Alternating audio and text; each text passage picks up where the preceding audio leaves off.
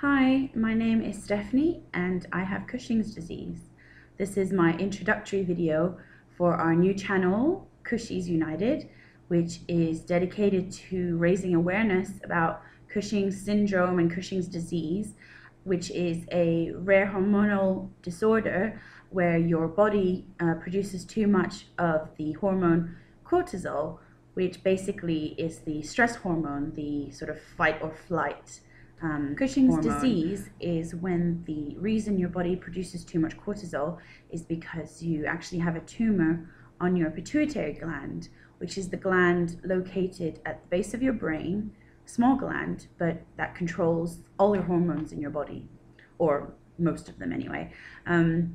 Whereas Cushing's syndrome is when the excess cortisol is due to a tumor somewhere else in your body, or because you've been taking steroids for medical reasons, like to treat asthma or so. I was diagnosed with Cushing's in 2009, and turns out I have Cushing's disease. So the tumor was located and removed by surgery, neurosurgery, in September 2010.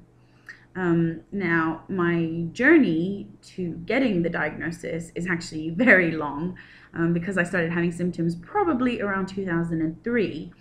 But I mean, this is just an introductory video, so I'm not going to go into huge details now. If you want to read about it, I've actually blogged quite a lot about it already. I'm going to try and find a way to have my blog address pop up on the screen if I can, or it'll at least be in the description. So if you want to read about the years it took me to get a diagnosis, check out my blog. But basically, where I am at now is that my surgery to remove the tumor was done, like I said, September 2010. But since then, only some of my symptoms have gotten better. Most of them, like the excessive weight gain, have not really been resolved yet. And the last tests that I had done suggest that I might actually have a recurrence.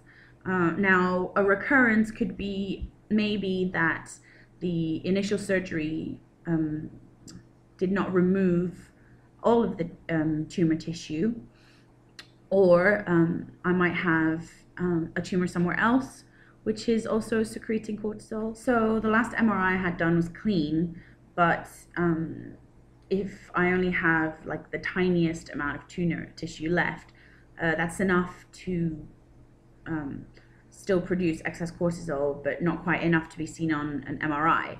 So basically, I'm undergoing more tests to try and confirm the source of the excess cortisol. So basically, I will be blogging about, or vlogging, should I say, about my journey from now on, what it's like maybe trying to get diagnosed a second time around. I might also throw in some videos sometimes about, you know, Cushing's things that annoy me, to hopefully help some people. I know that when I was first diagnosed, I mean, Cushing's is a rare disease, and when I was first diagnosed and I was looking it up, it was really comforting to find other people's blogs and to connect with people through Facebook, because when you have a disease, it's very isolating to have no one to talk to.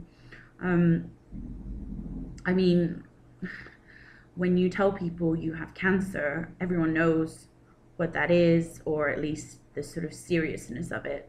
When I tell people I have Cushing's, if I tell them, they kind of just look at me like, what's that? And don't really understand the implications. One of the biggest misconceptions about Cushing's, or people who have Cushing's, is that our weight is what's causing all our problems. And this is something that I cannot stress enough, and I constantly battle with, is that Cushing's causes the weight gain, not the weight gain causes the Cushing's. What that means, and why that's an important distinction to make, is that firstly, the reason I'm fat is not because I eat too much. and going on a diet will not fix my problems because I can't lose weight, because it's linked to my disease. Actually, having Cushing's made me realize I didn't know anything about the human body. I mean, I never thought that you could get fat without overeating and being lazy. I mean, I just thought that, yeah, that was the only way to get fat, and never having weight problems when I was younger, and then all of a sudden, like, putting on twice my own body weight was just, it was a big change. It was difficult to deal with, and it still is. I mean, I still struggle a lot with accepting the way I look now, even though I still hold out hope that once I'm cured, I will finally manage to go back to the size I was before. But I mean, it's not even just about size anymore. It's really about losing a lot of the things that you could do before you were sick. I mean, like I mentioned before, I was dancing like 5-6 hours a day. I mean, I trained as a professional dancer, and I was extremely fit, and I've always loved to exercise. And in the last few years, these are just things that I can't do anymore. I mean, nowadays, just tidying my flat is so tiring. I mean, I work up a sweat just hoovering. So it's a lot of these things, and when you're constantly faced with people who look at you with disgust and think that, you know, why is she doing that? Why isn't she going on a diet? You know, just judging you on the way you look, it's really hurtful. And I think that's, in a way, the one good thing that I've gotten from this is I've really learned to look at people and not judge, and realize that, I mean, you don't know what they're going through. You don't know their story, and before you jump to conclusions and assume that you're better than them, you know, just think about all these things that you might not be. Anyway, enough about that. I'm gonna wrap this up because it's supposed to be just an introduction. So thanks for checking out my video. I apologize for the really bad edits. It took me about 50 takes to make this, and it's not even that great, but I promise I will try and do better next time. And there will be a few of us blogging here, so please come and check us out.